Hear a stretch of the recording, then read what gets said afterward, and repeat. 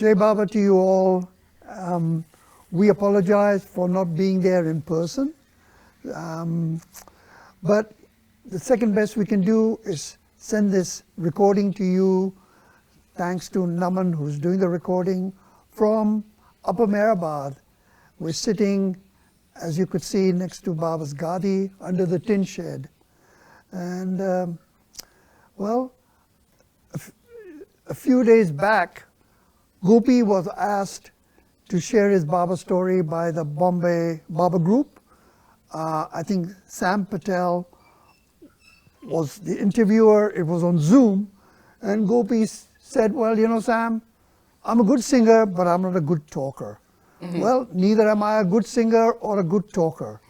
But my saving grace is that I had God for an uncle.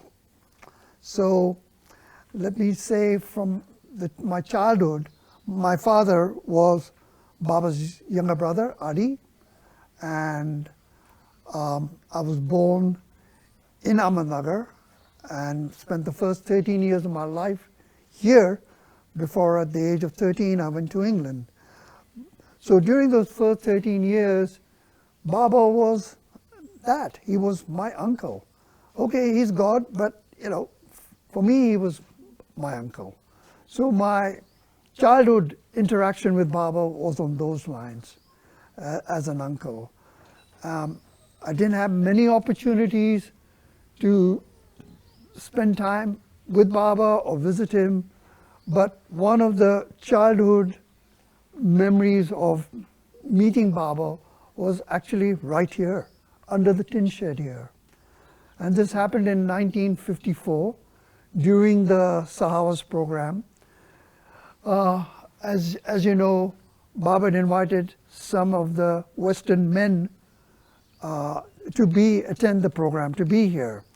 Now, knowing that they couldn't stomach spicy food, he asked Vilu, who was adept at Western cooking, if she could help with the food, cater for them. So Vilu happily agreed, and she brought her team of cooks over here and set up a kitchen right in front here where Mansari's kitchen was.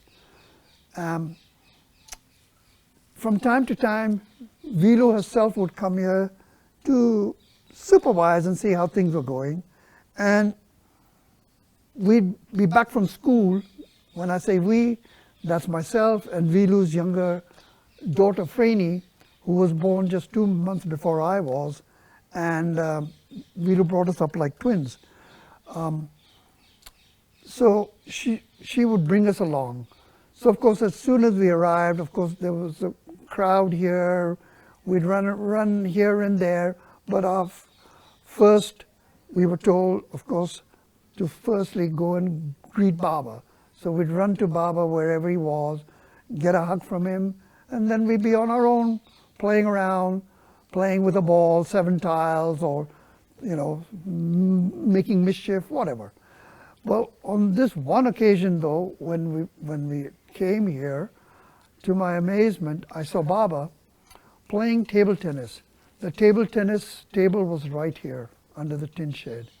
And Baba was on one side, and he was playing against 2 Western men on the other side. I have no idea who they were. So, of course, I was very excited seeing Baba playing table tennis. So I ran up to Baba to get greeted. Baba paused, gave me a hug, and then he said, good, you're here. You can be my ball boy. So whenever the ball would go flying off the table, I would run after the ball like a puppy dog and bring it and give it to Baba. And I'd always get a pat on my head with Baba's table tennis racket. So that was one memory of meeting Baba as a childhood. Well, as I said, there weren't too many occasions, but well, I'll just fast forward now to the real meaningful time in my life connected with Baba as God. And that was, of course, the time of our marriage. As I said, at the age of 13, I moved to England. By the way, I'll just clarify one thing. my father was Adi Jr., Baba's younger brother. My mother was Vilu's younger sister called Gulu. Now, my mother died while giving birth to me, and I was the only child from that marriage. So Vilu and Sarosh, in fact, I was born in that very house, Vilu and Sarosh's house, called Vilu Villa. Vilu and Sarosh adopted me into their family. They already had three kids of their own, and I became the fourth member. So the first 13 years of my life, Vilu and Sarosh were my parents. Of course, my father was there. Subsequently, at the age of 4 or 5, when I was 4 or 5, he remarried. And with my stepmother, named Franny, they moved to England in, I think, 1954, 55. And then a few years later, I also went to England in 1958. And from the second marriage, I have a sister called Shireen, who lives in America now. Anyway, now fast forwarding, so I moved to England in 58, and then in 1964, December, it was time for Shireen to have a Navjot done. This is the Zoroastrian thread ceremony, and of course my father wanted Baba to bless her. So we all came for that. My stepmother, Shireen, my father, and myself. We came here in December. The Navjot ceremony took place in January, and my father left to go back to England. He had work, but my stepmother, Shireen, and myself, we stayed here till March of 65. And Baba would invite us to visit him at Mirazad once or twice a week. And it was a whole day affair. And for us, it was visiting family. Baba, my uncle, Mani, my aunt, Katie, Goer. Well, Katie wasn't there so much, but Goer, and Naja, Pindu, they were all related to us. So it was more of a family visit as well. And when we'd arrive, of course, we were always greeted on the men's side, the Manli hall side, and eventually the ladies were escorted inside, and we'd gather there with the men Manli and wait for Baba to come into Manli Hall.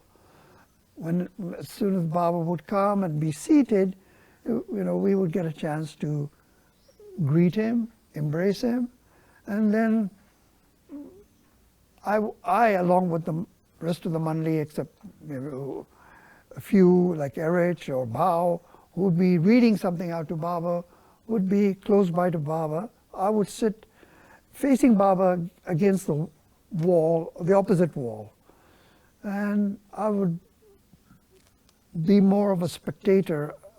I would have very little to say. I would just listen to what was happening. Once in a while, Baba would turn to me and say something. So on this occasion, he turns to me and he says, "Dara, don't worry. I've already chosen the right girl to be your wife." And the right girl is sitting right here. I was 20 at that time. So that was it. As I say, the days went by, the weeks went by, time came for us to go back to England. Nothing further as to who this right girl is, or when the marriage is going to take place, nothing. And by his grace, I never questioned Baba. So I just accepted that, went back to my life in England, which I wasn't enjoying very much. And 3 years go by, and still nothing. Of course, from time to time I was wondering, Baba said that, but has he forgotten what? And then finally in September, October of 1967, I get a telegram from Baba saying that, "Are you ready to get married?" asking me. And I said, "Anytime you want me, Baba, I'm ready." So then the next thing is that Baba invites my father to visit him at Mirazad, and while my father was there, all the arranged discussions of the prospective bride to be was discussed. Yeah, I still had no idea. It was only when my father came back from that visit, which was in February of '68, after Baba's birthday, he came back to England, that he told me that Baba had picked Amrit to be my wife. I was clueless. I had no idea of her or her background or anything. And the wedding was going to be taking place in December of '68. Well, that was it. Now, of course, as planned, Baba, myself, my father, mother, stepmother, Shireen, and a very dear, close Baba lover friend also was invited from England to come for the wedding. So I arrived. The wedding was on the 23rd of December. I think we arrived on the 20th of December, just a few days before that. I stayed at Vilu's, which I always considered that as my family home. And Amrit had already arrived at Mirazad, and she was staying at Mirazad. And then, according to Baba's timing, I came from Vilu's on the 22nd, actually, was the engagement, which was also Mera's birthday. The main, I think, event on that day was Mera's birthday. But Baba also had a little engagement ceremony on that day for us. And that's the first time I and Amrit met. Yeah. So, what now? You want to fill in, or you want to just tell a little of your background, Amrit? Okay. In Hindi. हाँ, जय बाबा, जैसे धारणा का sorry, हम बहुत कोशिश की आने की पर नहीं आ सके, तो इसलिए सब बाबा प्रेमी से हम सॉरी कहते हैं, माफ़ी चाहते हैं, पर हम दिल से हमें लगेगा कि हम आ रहे हैं आपके पास थ्रू इस वीडियो के थ्रू।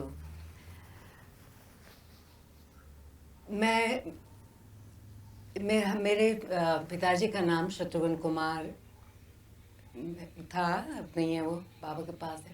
उन्होंने वही सबसे पहले बाबा के संबंध में आए और उनके साथ धीरे धीरे पूरा परिवार बाबा के संबंध में आ गया। वो न्यू लाइफ के समय की टाइम की बात है। मेरी हिंदी भी अभी यहाँ रह रह के बहुत ख़राब हो गई है, पर फिर भी मैं हिंदी में ही बोलूँगी। तो उस टाइम जब बाबा न्यू लाइफ टाइम पे जब देहरादून आए थे, तो उसी टाइम उन्हीं दिनों मेरा भी जन्म हुआ था। बाबा उस टाइम काफ़ी टाइम थे, 6-7 मंथ शायद मेरे ख्याल से बाबा उधर थे। तो इस तरह से हमारे परिवार का बाबा से संबंध शुरू हुआ। धीरे धीरे संबंध बढ़ता रहा और फादर कम्प्लीटली बाबा के फोल्ड में आ गए, बाबा को परमात्मा मानने लगे और उन्होंने हम सबको, सारी पूरे फैमिली को धीरे धीरे इस तरह से बाबा के बारे में बताया कि हम सब बाबा को ही मानने लगे। जबकि मैं एक हिंदू परिवार से हूँ, पर कभी हम लोगों ने जो हिंदू लोगों के जो पूजा पाठ वगैरह होते वो नहीं करे। हमेशा बाबा की प्रेयर आरती करते करते ऐसे बड़े हुए। तो और जैसे मैंने कहा कि एक बार फादर बाबा के साथ बाबा के संबंध में आए, तो बाबा उनको मेरे फादर को कुमार जी के नाम से बुलाया जाता था, तो वो उनको बार बार बुलाते थे जहाँ भी बाबा रहते थे। एक बार न्यू लाइफ पूरा हो गया, बाबा वापस आ गए, पूना आए, अहमदनगर आए, सतारा, हैदराबाद वगैरह गए, आंध्रा गए, तो वो फादर को भी बुलाते थे बार बार। तो बीच बीच में फादर हम लोगों के लिए लेटर लिखते थे, मैसेज भेजते थे। तो ऐसे ही सब कुछ होता रहता था। जब फादर घर में रहते थे तो फिर उनको बाबा अगर बुलाना होता था या कोई इन्फॉर्मेशन वगैरह चाहिए थी देहरादून के बारे में तो मेरे फादर को एरिश लिखते, बाबा ने तो उस टाइम लिखना बंद कर दिया था, तो एरिश लिखते थे। तो एक बार जब मैं 17 साल की थी तो अब तक जो था सिर्फ फादर, मेरे पिताजी जो थे कुमार जी थे, वही बाबा से संबंध रखते थे। हम लोगों को कभी चांस नहीं मिला कि बाबा को लेटर लिखें या वो करें। सिर्फ बाबा का मैसेज आते थे हम बच्चों के लिए, हम 4-5 भाई बहन थे, हम लोगों के लिए मैसेज आते रहते थे। पर इस बार जब मैं मेरी एज 17 थी तो मेरे को डायरेक्टली लेटर आया, एरिश ने लिखा हुआ था पर बाबा ने डिक्टेट कराया था। तो मेरे को ऐसा लगा जैसे बाबा ने लिखा, क्योंकि उसमें इस तरह लिखा था कि मैं, जैसे बाबा, कि मैं इस लेटर जो तुमको लिख रहा हूँ उसको केयरफुली पढ़ो और मैं ये तुमको से पूछ रहा हूँ, ऑर्डर नहीं दे रहा हूँ। और उसमें लेटर में उसके नीचे लिखा हुआ था कि दारा के बारे में, कि दारा मेरे छोटे भाई आदि जूनियर के बेटे हैं जो इंग्लैंड में रहते हैं। फिर उस लेटर में सब कुछ दारा के बारे में था, उसमें फ़ोटो भी थी साथ में कि आप दारा से शादी करोगे। उस टाइम लड़कियों की शादी हो जाती, 17, 18, 19, 20 साल में हो जाती थी, पर मैं ऐसे शादी के लिए तैयार नहीं थी। मेरे को पढ़ना था, ये करना था। पर जब वो लेटर बाबा से आया तो कुछ जैसे एकदम याद नहीं है कि कुछ सोचा कि नहीं सोचा, पर मन से सीधे से आया, हाँ बाबा ने पूछा है तो हाँ ही बोलना है। तो बाबा ने कहा कि उसका जो लेटर था आखिरी में लिखा था कि उसका जवाब जल्दी से, हाँ ना का जवाब टेलीग्राम से, उन दिनों फ़ोन वगैरह कुछ नहीं रहते थे ज़्यादा, तो ये टेलीग्राम ही भेजे जाते थे। तो टेलीग्राम से मैं खुद, साइकिल थी मेरी, साइकिल में गई मैं पोस्ट ऑफिस, वहाँ से टेलीग्राम भेजा बाबा को कि हाँ बाबा मैं आपके नेफ्यू, आपके भतीजे दारा से शादी करने के लिए तैयार हूँ। तो 2-3 दिन के बाद ही मेरे को तार वापस आया कि बाबा बहुत खुश है, और बाबा एरिश ने तार भेजा उस टेलीग्राम कि आप इमीडिएटली अहमदनगर आ जाओ अपने फादर के साथ, कुमार जी के साथ। तो कुमार और मैं अहमदनगर आए, तब दारा के बारे में डिटेल में मालूम हुआ। उसी टाइम, ये कुछ सितंबर अक्टूबर की बात है, शादी तो दिसंबर में हुई थी उसी साल। तो शादी जब हमारी हुई थी तब मेरा जन्म जो हुआ था नवंबर में, तो इसलिए दिसंबर में शादी करी, क्योंकि लीगली मैं 18 साल की हो जाती थी उस टाइम। क्योंकि उससे पहले तो बाबा को भी पता होगा कि 17 साल में शादी नहीं हो सकती, और जो भी रीज़न रहा होगा, पर दिसंबर में ये हुआ। तो उस टाइम मेरे को सब कुछ बाबा ने दारा के बारे में बताया, और मेरे लिए शादी के लिए हाँ कहने के साथ ही साथ मेरे को ये मिला कि मैं मेहराजाद में आके बाबा और बाबा के मंडली के साथ रहने का चांस मिल गया। तो सबसे पहला रिवॉर्ड मेरे को ये मिला, और वहाँ से उनके साथ रहना, रोज़ बाबा के दर्शन करना। बाबा कभी कहते थे कोई कहानी सुनाओ, कोई जोक सुनाओ, तो कुछ भी उल्टा सीधा जो भी मन में आता था वो मैं बाबा को सुना देती थी। कोई उस टाइम अरनावास केटी बॉम्बे में थे, पर बाबा ने उन्हें भी बुलाया था, क्योंकि उस टाइम जो वो टाइम जो था, उसी टाइम पूरा शादी का प्रोग्राम बनाना था, कितने लोग बुलाए जाएंगे, कौन खाने की वो करेगा, कौन से तारीख को शादी होगी, कितने मेहमान, ये वो सब कुछ। तो वो पीरियड्स पूरा उसमें गया था। तो और बाबा ने उसमें बहुत डिटेल से, जब मनी आंटी लिख रही थी, मनी आंटी जैसे सेक्रेटरी का काम करती थी, वो लिख रही थी, वीलू दारा जिनकी बात कर रहे थे, उनकी मासी, उनकी आंटी, वो उनके हस्बैंड शरोश जो कि बाबा के साथ मंजिल अमीम में थे, वो सब लोग वहाँ बैठे थे। बाबा ने सब अपने नज़दीक के जितने उस टाइम के जो बाबा के थे, जैसे नरीमन और मेहरजी करकरिया और शरोश एंड अदी सीनियर, और सबको उनको बुला रखा था क्योंकि ये उस टाइम सारा प्रोग्राम फिक्स किया जा रहा था उन दिनों, उस टाइम सितंबर में। तो मेरे दारा तो नहीं थे, दारा तो इंग्लैंड में थे, हम मिले भी नहीं थे, कुछ बात भी नहीं, कुछ नहीं, सिर्फ हमने फ़ोटो, एक दूसरे की फ़ोटो देखी थी सिर्फ। तो मैं मैं भी मंडली हॉल में बाबा से बात करते थे, तो मैं भी मंडली हॉल में जाके बैठ जाती थी, चुपचाप मैं सुनती थी कि क्या क्या हो रहा है, कैसा। तो ये सब हो जाने के बाद जब सब लोग जो जो जिन्होंने अरेंजमेंट, बात तुम ये करोगे, तुम इनविटेशन दोगे, तुम खाने का देखोगे, तुम ये करोगे, इस सब को बाबा ने बांट दिया था। उसके बाद बाबा अपने रूम में चले गए।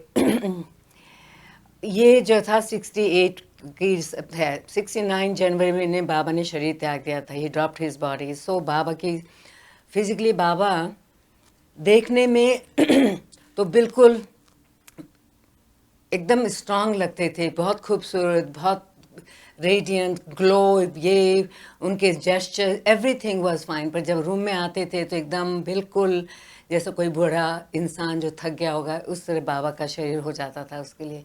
फिर भी बाबा ने पूरा इसमें, जब भी बात करनी थी इसमें, तो फिर टाइम आया कि बाबा ने कहा कि अब तुम, अमृत तुम्हारी बारी, तुम क्या क्या करोगे, तुम्हारी शादी के लिए तुम्हें क्या करना है। तो मेरे को तो कुछ वो नहीं मालूम नहीं था, कुछ नहीं था।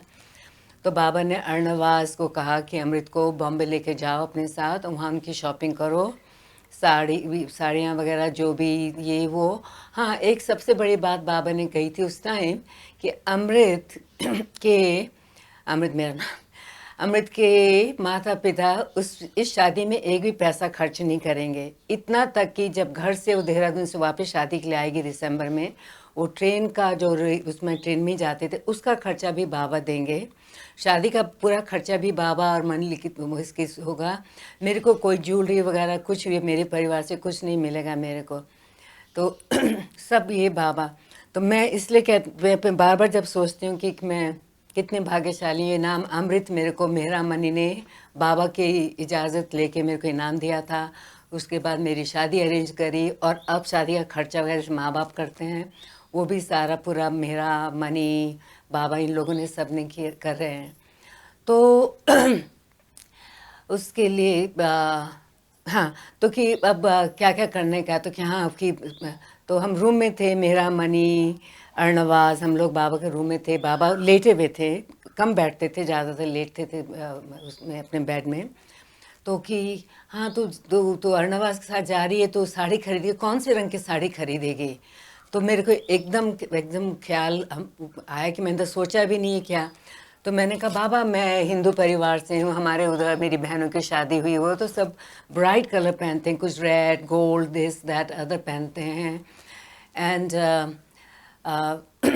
तो बाबा ने कहा बाबा ने, जब बाबा कुछ सोचते थे तो बाबा ऐसे करके अपनी ऐसे चिन्ह पकड़ लेते थे। इन्होंने ऐसे करके कहा कि अच्छा। फिर कि पर ईरानीज, क्योंकि बाबा का परिवार तो सब ईरानी वगैरह था, और पारसी, ईरानी और वेस्टर्न कंट्रीज़ और बहुत सारी दूसरी कम्युनिटी हैं कि सब वाइट पहनते हैं। और बाबा तो यूनिवर्सल गॉड हैं, तो उनके लिए तो एक कलर कुछ नहीं। तो बाबा ने बड़े उससे कहा अच्छा ठीक है, हम क्या करेंगे, रेड और वाइट को मिलाएंगे और तुम पिंक पहनना। बाबा ने दोनों हाथ से ऐसे करके, तो इतनी छोटी छोटी डिटेल बाबा ने ऐसे करके कहा कि तुम उस दिन पिंक साड़ी पहनना। तो इसलिए आप लोगों ने फिल्म देखी होगी बाबा, हमारी शादी की, जो बाबा की एक आखिरी फिल्म थी, उसमें मैंने पिंक साड़ी पहननी पड़ी। और मेरे और जब जैसे 22 को इंगेजमेंट थी और 23 को शादी, तो इंगेजमेंट के दिन भी हम, मेरे परिवार का, सिर्फ मेरी मदर सुभद्रा, जिनका नाम आपने काफ़ी सुना होगा, वो थी। तो उनको भी नहीं मालूम था कि किस तरह किसी लड़की को किस तरह शादी के लिए तैयार किया जाता है। तो मेरे को मेरा मनी ने तैयार किया, उन्होंने साड़ी पहनी, मेरे को साड़ी पहननी भी नहीं आती थी। तो तो मैं इसलिए सब बता रही हूँ कि मैं अपने को बहुत फॉर्चुनेट समझती हूँ कि मेरा दिन किस तरह से मेरे को बाबा ने ये सब चीज़ों के लिए सब चीज़ें मेरे को दी। अभी भी ऐसा लगता है कि कैसे हो, क्यों ऐसा, क्या ये मेरा कोई पास लाइफ, पुरानी लाइफ का कुछ वो पुण्य होगा जिसके वजह से बाबा ने मेरे को इतना सब कुछ दिया। फिर अब सॉरी, तो 22 तारीख को बाबा ने इंगेजमेंट हमारी फिक्स हुई थी। तो इंगेजमेंट, तो उस दिन हमने फर्स्ट टाइम एक दूसरे को देखा। बाबा हमारी इंगेजमेंट की अंगूठी हाथ में थी बाबा के, तो हम दोनों ने उनके बाबा के हाथ से अंगूठी उठाई, एक दूसरे को अंगूठी पहनाई। और खास मौका जो था वो मेहरा का जन्म दिवस का था, तो पहले मेहरा को हैप्पी बर्थडे वगैरह गा के केक वगैरह काट के उसके बाद ये एंगेजमेंट हुई थी। उसके बाद एक चीज़ और हुई थी, अर्णवास के नीस नेफ्यूज थे 3-4, उन लोगों की नवजोत भी बाबा ने उनको सदरा कस्ती पकड़ाया ऐसे करके हाथ में। तो 3 ओकेजन हुए थे 22 तारीख को। और उस मेरी क्या था, उस टाइम जब मैं शादी के लिए आई थी तो मेरी तबीयत ठीक नहीं थी, तो बाबा ने कहा कि अमृत तुम रेस्ट करो, और तुम पार्टी भी थी, काफ़ी 200-250 लोगों को बुलाया था मेहराजाद में, तो पार्टी होगी पर तुम रेस्ट करो।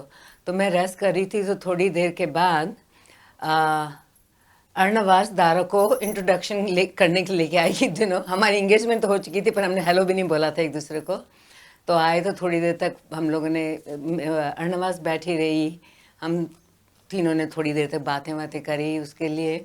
फिर दूसरे दिन शादी था, तो दूसरे दिन उसी तरह से शादी भी बड़े, हमारे परमात्मा हमारे साथ थे तो सब कुछ था, पर दूसरी चीज़ें जो थी बहुत सिंपल था। कुछ उसमें कोई सेरेमनी, जैसे बाबा कहते हैं, कोई रिचुअल, कोई कर्म कान, ये पूजा पाठ कुछ नहीं। सिर्फ बाबा को, हम लोग उन दोनों ने बाबा को हार पहनाया।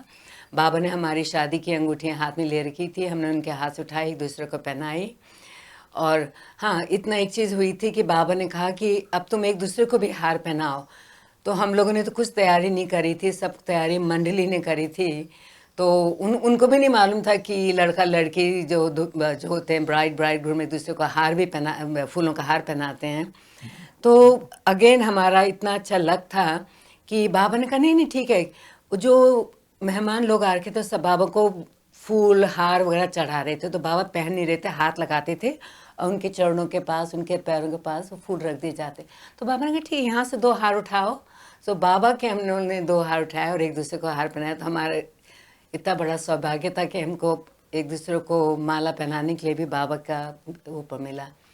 उसके बाद हम लोग जैसे मैंने पहले बताया कि मेरी तबीयत ठीक नहीं थी, तो मेरे को बाबा ने कहा तुम मेरा ज़्यादा रहोगे, और दारा के मासी के घर भेज दिया। मेरे को अब ख्याल आता है कि हमारे इंडिया में क्या होता है, जब शादी होती थी लड़का लड़की को चाहे एक दूसरे को जान पहचान हो ना हो, अब तो इतना नहीं होता, अब तो फ्रेंडशिप के थ्रू शादी होती है। पर उस टाइम अरेंज होती थी सब, तो हमारी पूरी अरेंज मैरिज थी। पर बाबा ने कहा नहीं कि तुम भी उसके साथ एक अजनबी के साथ जाओ। तो क्या कहा, मुझे मेहराजाद में रहूँगी मैं और दारा रोज़ आएंगे। और दारा आते थे सुबह के टाइम, हम लोग बाबा के रूम में जाते थे, बातचीत होती थी, ये होता था। कभी कभी बाबा अपनी कार जो डिसोर्टर जब शो में उस मेहराजाद में लगाई हुई है, उस ड्राइवर के साथ देते थे, कहते जाओ अपने रिश्तेदारों को मिल के आ जाओ, अहमदनगर, पुणे जाओ, औरंगाबाद। तो इस तरह बाबा ने हम दोनों की फ्रेंडशिप करवाई धीरे धीरे। और तो 1-2 चीज़ होती थी उन दिनों। एक बार हम बाबा के रूम में थे, दोनों के दोनों, तो बाबा ने कहा कि हमें सबको पता था कि अब शादी के बाद मैं भी इंग्लैंड जाऊंगी, जा रही हूँ दारा। तो मेरी मदर को, सुभद्रा जी को, उनको लगता था कि अब जा रही इतनी दूर, एज भी कम है, तो क्या होगा। तो कि अमृत बाबा से पूछ। हम लोग एक दूसरी बात में बताते हैं, हम लोगों ने बाबा से कभी कोई सवाल नहीं पूछे, कोई क्वेश्चन नहीं, जो बाबा कहते थे ये हाँ बाबा, और वही हमेशा ठीक रहता था हम लोगों के लिए। तो मेरी मदर ने जब मेरे को फोर्स करा कि बाबा से पूछ कब आएगी, तो मैंने बाबा से कहा बाबा माँ कह रही हैं कि आपसे पूछूं। फिर भी खुद नहीं, अपना नाम नहीं उन्हीं का नाम लगाया कि हम इंग्लैंड तो जा रहे हैं, अभी कब आएंगे। तो बाबा ने कहा कि फिर जैसे मैंने पहले बताया, बस सोच के विचार करके बाबा ने ऐसे करके कहा हाँ ठीक है कि जब तुम्हारा एक, और ऐसे भी नहीं कहा बच्चा, कि एक बेटा हो जाएगा और उसको लेके आना। और उसके लिए काफ़ी उसके साथ दूसरी कहानी भी बताई कि क्यों कैसे क्या। पर कहा कि तुम और उसका नाम मेहरवान रखना, स्पेल भी कराया, MEHERWN, मेहरवान भी रखना। तो शादी के दूसरे तीसरे दिन ही हमको ये ब्लेसिंग दी। फिर बाबा ने फिर सोचा कि उन दिनों इतना पैसे भी नहीं होते थे कि एक बच्चा का मतलब 1-2 साल के अंदर वापस आ सकते थे। तो बाबा ने कहा नहीं, जो मेरा गोडाउन जो है, मेरा वेयर हाउस है, full of beautiful souls. So I'll give you 2 sons. He said, and the later on Mandli and family decided, Jamshed नाम बाबा के भाई के एक बाबा के बड़े जो भाई थे उनका नाम जमशेद था, उसका नाम दिया. तो हमारी शादी, हम एक दूसरे को पहचानते भी नहीं थे, हम अलग अलग भी रहते थे. ये अपने मौसी के घर में, मैं मेराजाद में, हम लोगों को ऑलरेडी 2 बेटों की, जो हमारे 2 बेटे हैं अब, मेहरवान एंड जमशेद, दोनों हैं. तो फिर उसके बाद हम 10 जनवरी को इंग्लैंड चले गए और 21 दिन के बाद, 31 से 21 दिन के बाद हमें फ़ोन आया, मनी आंटी का फ़ोन आया कि बाबा ने शरीर त्याग दिया है. तो बहुत अजीब लगा, गुस्सा भी आया कि ऐसे कैसे कर लिया, अभी तो आपने हमारी शादी कराई, कैसे चले गए. पर ये बाबा ने पहले से पूरे हमारी लाइफ को पूरा एक तरह से एक रास्ता दिखा दिया था. तो हम we lived that life and बाबा told us each other, take care of each other. So we've been married, हमारे को 56 years हमारी शादी को हो गए हैं अभी. और ठीक है, अभी एक ये आपके सामने है. जय बाबा. जय बाबा. जय बाबा. अवतार मेहर बाबा की जय.